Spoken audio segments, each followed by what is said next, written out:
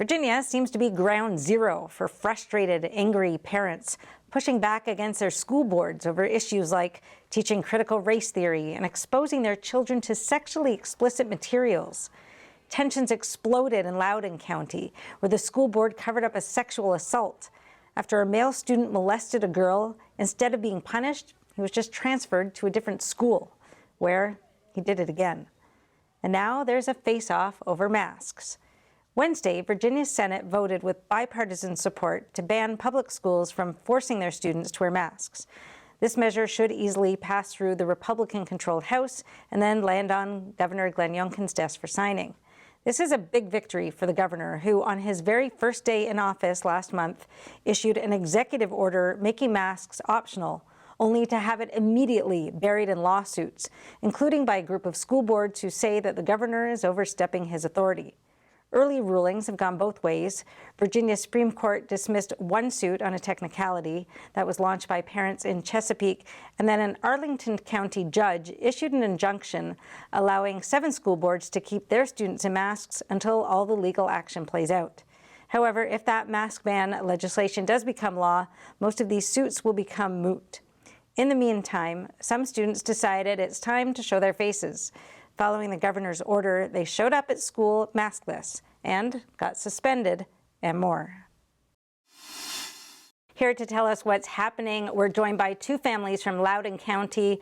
Muriel and Brian Gross have 2 daughters at Blue Ridge Middle School, Annabelle in 7th grade and Madeline in 6th grade, and Andrew Missler and his son Jared, who is a senior at Woodgrove High School. Welcome to all of you. I want to hear what happened when you students went to school without masks. So girls, why don't you start? Well, we went to school without a mask, and we walked to our locker, and then the dean came up, and he told us to get our stuff and go into his office. And then they called our parents, and then they sent us to the auditorium where all the other maskless kids were. And how many of you were there? About 15. Okay, and what happened to you in the auditorium?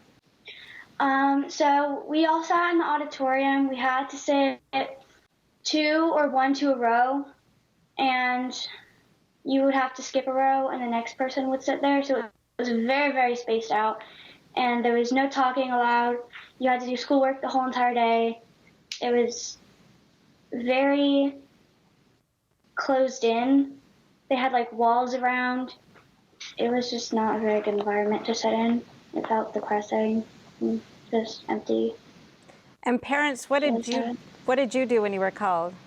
The school called us and informed us of our child's decision, and we said, well, if that's what they are choosing, then we support them. And so they let us know that, and they said they would be segregated into the auditorium with other unmasked students. And at one point, that day when we went to go pick them up, the principal asked what our end goal was, and I just said for our children to be in class, in their class with their peers, getting the in-person instruction that the state of Virginia is supposed to provide for them. And he just let us know that that was not possible because they weren't masked. And so then by Friday, so you stayed for 5 days in school in the suspended room, separated from the other students. They weren't allowed to socialize with their peers even at lunchtime, which is an unmasked activity where they're sitting shoulder to shoulder with their friends for at least 30 minutes. And when they would ask to do that, the teacher would tell them they could not have any interaction with the masked students. So wait, normally during normal school, everyone's wearing their mask, and then at lunchtime, these same students sit shoulder to shoulder without masks and eat their lunch and talk and breathe and everything else that might happen. Very similar to after-school sports activities as well, where they're unmasked side by side, the same as lunch, yet in the classroom, they have to be masked. Really, it doesn't make sense, and that is the critical thinking skills that our children brought to the table and realized that this doesn't make sense, and then made the choice on their own to stand up for what is right. Jared, when did you go to school maskless and what happened? I went on the 24th. They immediately got us and separated us. So we had to go into the auditorium, which was incredibly hot and muggy. And how many of you were there?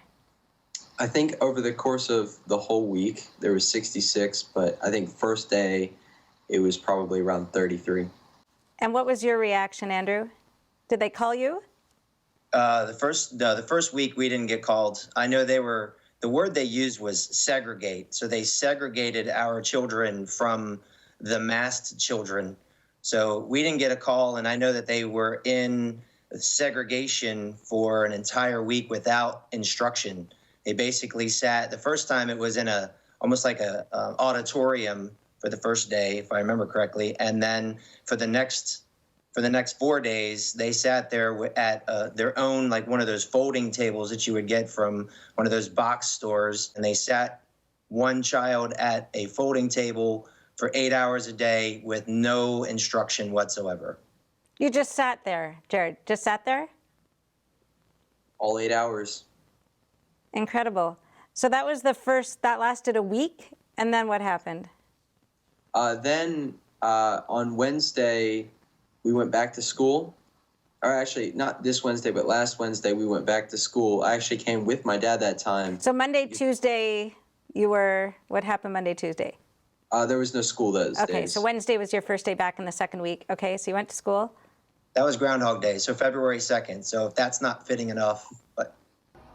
We went to school together because they gave us a letter. Only the kids that were in the aux gym or auxiliary gym were given a letter and told that if you came to school without a mask, you'd be suspended. So that's exactly what happened. So you got suspended, and I believe we have some video of your father on that day. Is that right? Talking to the principal? We do. You're punishing him. I want you to think about this for a second. We're punishing him for thinking about what he thinks is right and just. No offense to you. I'm letting you know right off the bat, I will sue every single person that is responsible for his suspension. And I understand you have a job to do, but as a parent, I'm a papa bear. 24 years, I've behind a badge. And this shames, this actually taints it. It's terrible to watch what's going on. Terrible. I know you have a job to do, but it doesn't stop the fact that you need to stand up for good people. Jared, how did you feel hearing your father unleash the papa bear and everything on your principal? How did you feel sitting there? You've never been in trouble before, I understand, from listening to the video. Is that right? Yes, ma'am. I've never had so much as a lunch detention. So how did you feel? It was kind of disheartening that like I said, I've never been punished for doing anything because I've never done anything wrong. And now for doing something that is legally okay, I get punished for it. All right, you're just following the governor's executive order. Yes, ma'am. All right, let's go back to the Grosses. You were in the auditorium for a week. You're obviously home now. So what happened after that? They returned to school on Wednesday, the previous Wednesday, and that was when they were presented at the end of the day a letter of out-of-school suspension with trespassing charges as a motive for them to not come back to school. And so we had them in school suspension for the remainder of that day, and then we brought them home that afternoon. So they were threatening with charging them with trespassing? Yes, ma'am. We went back the following day, and that is when they placed them in school restriction, is what they call it, ISR, and that is where you have desks pushed against the wall with barricades in between each desk so a student can't see one another, and if they want to address the teacher or get up or throw something away, they have to turn around and ask permission. And the trash can is about 4 feet away, and it's a very small room, so I don't understand why you need to ask to get up to throw something away. And in a normal classroom, I wouldn't have to ask to throw something away. But she was sitting maybe 10 feet away from us, and she's like, you have to ask. I was like... The rules for detention are different from being in a classroom. They didn't understand they were going into in-school restriction when they returned, and that is exactly what happened. And it was a very different atmosphere. It was very Punitive. yeah, and then they said, oh, well, things are different, but today, now you're in detention. You may not use your phone. They had to put their phones away. They could not talk. They could not share candy. They, what else? So the first week couldn't get up from their class, too. So it was just very, just a different, they were in trouble, and they also had trouble understanding that, the insubordination part that was the reason of their suspension. So the first week was segregation from your classmates, and the second week was in-school suspension, discipline on top of segregation, with still no in-person learning. And now you're at home, so is there a new suspension? Well, we have to do all our schoolwork and homework in this platform that we use called Schoology. And like my dad said, there's no instructions from the teacher. They just put it all in this platform, and Teach yourself. we have to teach ourselves. Be sure to watch the entire episode, now available exclusively at epochtv.com, a new completely censorship-free premium subscription platform brought to you by the Epoch Times. See you there.